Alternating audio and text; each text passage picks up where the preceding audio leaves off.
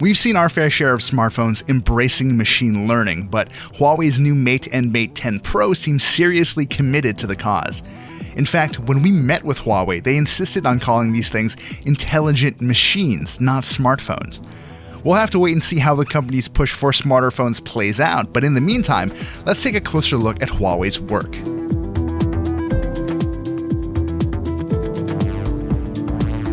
Now, for the most part, these are the same phones. Both use Huawei's high-end Kirin 970 chipset with what the company calls a neural processing unit for better on-device machine learning and intelligence.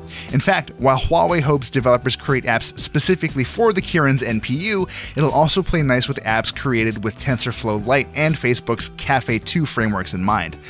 Unfortunately, it'll be a little while before you get to test any of those out. What else?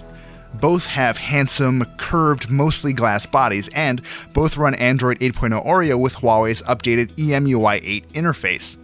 It's been updated to feel more lightweight and easier to use with larger screen devices.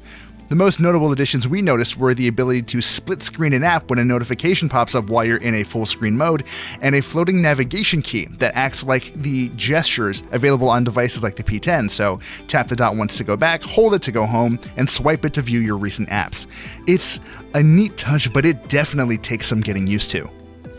So what about those differences? Well, the standard Mate 10 has a 5.9-inch LCD screen running at Quad HD and comes with 4GB of RAM, 64GB of storage, and a micro SD slot. Fair enough. Then there's the Pro, which is obviously better than the normal Mate 10 in some ways and actually worse in others. It has a slightly larger 6-inch AMOLED screen, but it runs at a lower resolution. It's basically a taller 1080p. The screen's 18:9 aspect ratio means the Pro is a little narrower and more pleasant to hold, but it doesn't have a headphone jack or a micro SD card slot like the regular Mate 10. Seriously? That doesn't sound very Pro to us.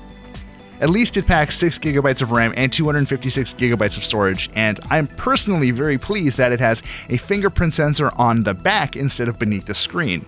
The Pro also packs a few extra touches, like the ability to run a desktop-like interface when connected to a big screen, and landscape modes for certain apps, though we're not really sure why these couldn't be implemented on the regular Mate 10. Thankfully, they both use the same Leica-powered dual camera, and it's pretty impressive. Huawei paired a 12-megapixel color camera with a 20-megapixel monochrome sensor for extra detail, and both have impressive f1.6 apertures. They both work together to churn out some surprisingly good-looking photos. The camera is also one of the places where Huawei's neural processing unit seems really useful.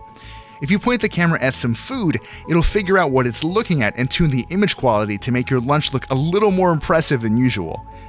Ditto for flower photos, which the Mate 10 processes differently from, say, a regular green plant.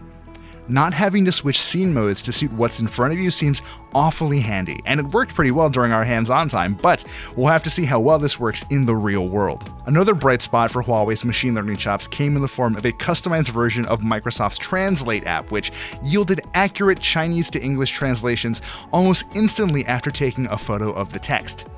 Yes, you're right, this was a canned demo, but we got some similarly quick results for Japanese text too.